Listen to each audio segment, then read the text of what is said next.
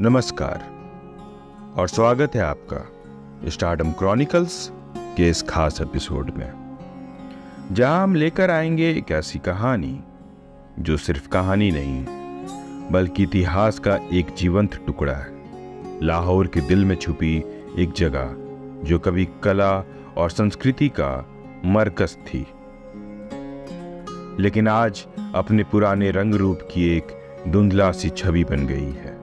जी हां, हम बात कर रहे हैं हीरा मंडी की, एक ऐसी जगह जो शुरुआत में एक अनाज मंडी थी, फिर कला की बस्ती बनी और आखिरकार दुनिया के लिए सिर्फ एक रेड लाइट डिस्ट्रिक्ट के नाम से जानी गई। लेकिन क्या आप जानते हैं, हीरा मंडी की त्वाइफें सिर्फ नाचने गाने वाली औरतें नहीं थीं, बल्कि कला और तहजीब की जीती जागती मूर्तियां थी। ये कहानी है उनके कला के सफर की, उनकी विरासत की, और कैसे ब्रिटिश साम्राज्य ने उनके एक अलग नजर से देखना शुरू कर दिया। तो चलिए इस अद्भुत सफर पर चलते हैं, जहां हम खोलेंगे हीरा मंडी की असली कहानी के पन्नों को और आपको ले चलेंगे लाहौर के एक ऐसे रंगीन संसार में जहां कला, तहजीब और आर्ट का बोलबाला था। मैं हूं निक्षय मौर्य और आप सुन रहे हैं स्टारडम क्रॉनिकल्स का ये खास एपिसोड। तैयार हो जाइए, क्योंकि ये कहानी है उन आवाजों की जो कभी रातों में लाहौर के शहर को गुंजा दिया करती थी। नेटफ्लिक्स की recent series Heeramandi the diamond bazaar ने लाहौर के हिस्टोरिक रेड लाइट एरिया, जो हीरा मंडी के नाम से जानी जाती है, को डिपिक्ट करके काफी अटेंशन ग्रैब किया है। यह शो इंडियन इंडिपेंडेंस मूवमेंट के दौरान वेश्याओं के जीवन की एक ड्रामेटिक झलक देता है, लेकिन हीरा मंडी का असली और गहरा इतिहास इस शो में सिर्फ एक परिचय की तरह ही दिखाई देता है।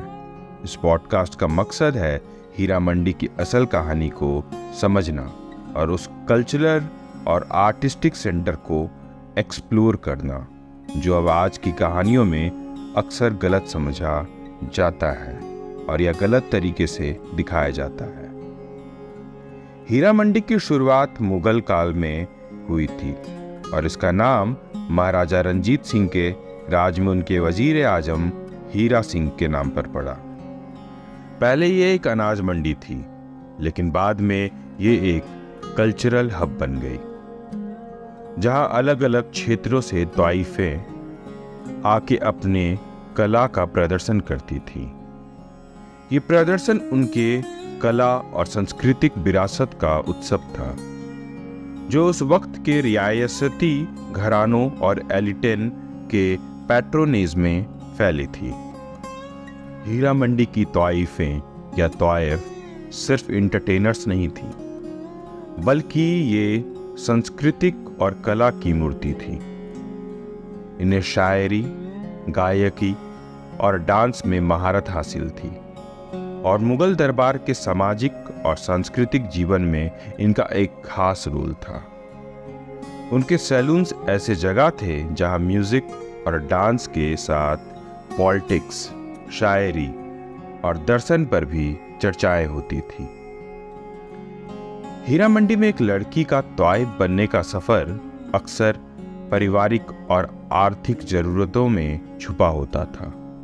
काफी लड़कियां त्वाइफ के परिवार में जन्म लेती थीं, जहां उनको शुरुआत से ही क्लासिकल डांस जैसे कथक, गायकी और शायरी सिखाई जाती थी। कई लड़कियां के लिए ये एक आर्थिक मजबूरी थी, जबकि कुछ को मंच के ग्लैमर और इज्जत ने खींचा।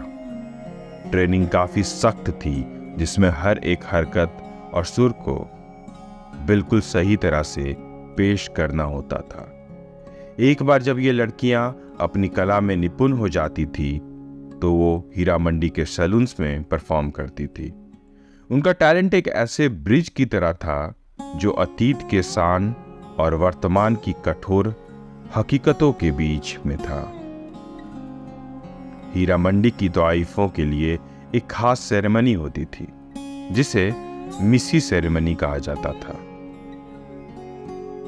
यह एक तवाइफ के प्रोफेशनल जीवन की शुरुआत का प्रतीक होती थी और इसमें लड़की के दांतों को काला कर दिया जाता था। यह रस्म एक बड़े उत्सव का हिस्सा थी जिसमें नए तवाइफ का कम्युनिटी में स्वागत किया जाता था और उनके आने वाले कला के जीवन को दर्शाया जाता था। ब्रिटिश कॉलोनियल काल ने हीरा मंडी के इज्जत और स्टेटस को बदल दिया।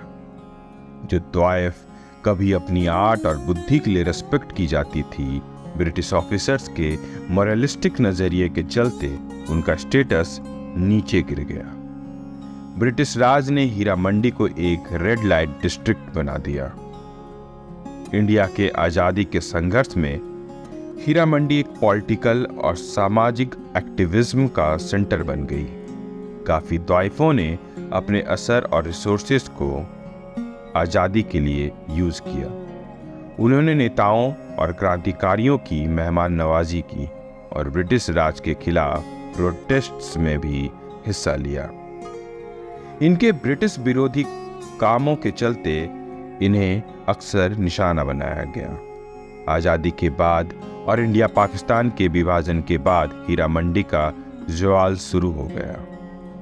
नई सरकार ने सख्त मोरलियत के रूल्स बनाए और जो कभी इज्जत और तहजीब का मरकज था वो धीरे धीरे डूबता गया। वहां की कला और विरासत खतरे में आ गई। आज हीरा मंडी अपने पुराने शान की सिर्फ एक परिचय बन गई है। ये अब भी लाहौर के बीच में है, लेकिन इसका कल्चरल इंपॉर्टेंस लगभग खत्म हो चुका है। कभी जो डांस और म्यूजिक का शहर था, अब वो सिर्फ एक बाजार और रेड लाइट डिस्ट्रिक्ट बन गया है। चैलेंजेस के बावजूद कुछ लोग हीरा मंडी के इतिहास और सांस्कृतिक विरासत को बचाने के लिए एफर्ट्स कर रहे हैं। आर्टिस्ट्स, हिस्टोरियंस और कल्चरल एक्टिविस्ट्स हीरा मंडी से जुड़ी कहानियों को डॉक्यूमेंट कर रहे हैं ताकि तवाइफों की विरासत को भुलाया ना जा सके। हीरा मंडी की आखिरी तवाइफों का खत्म होना लाहौर के कल्चरल तौर पर एक दौर का अंत है। इस विरासत को आगे बढ़ाने वालों में एक बड़ी सेलिब्रिटी थी, मलका पुखराज, जिनका 2004 में इंतकाल हुआ। उन्होंने क्लासिकल गायकी को जिंदा रखा। एक और शख्सियत जरीना बेगम थी, जो लेजेंडरी सिंगर बेगम अख्तर की शिष्या थी। उन्होंने अपनी कला के जरिए अपनी पहचान बनाई, लेकिन ये लिगेसी अब खत्म होती जा रही है। महाराजा रंजीत सिंह की लाहौर फतह के बाद हीरा सिंह ने यह इलाका हीरा मंडी में बदल दिया। ब्रिटिश रूल के बाद ये एक फेमस रेड लाइट डिस्ट्रिक्ट बन गया, लेकिन कुछ स्टार्स जैसे नूर जहां और मुमताज सांती ने अपने करियर की शुरुआत यहीं से की थी। आज भी ये इलाका एक कॉमन बाजार से लेकर रात को रेड लाइट जोन में बदल जाता है। लाहौर का यह इलाका अक्सर कलाकार और फिल्म मेकर्स के लिए इंस्पिरेशन बना रहा। नेटफ्लिक्स सीरीज हीरा मंडी भी इसी इलाके पर आधारित है, जो हीरा मंडी के दौरान तवाइफों की जिंदगी को दिखाती है। संजय लीला भंसाली की ये सीरीज इनके जीवन की अनटोल्ड कहानियों को सामने लाता है। फैशन इंडस्ट्री भी हीरा मंडी के प्रेरणादायक डिजाइन्स को अपना रहा है।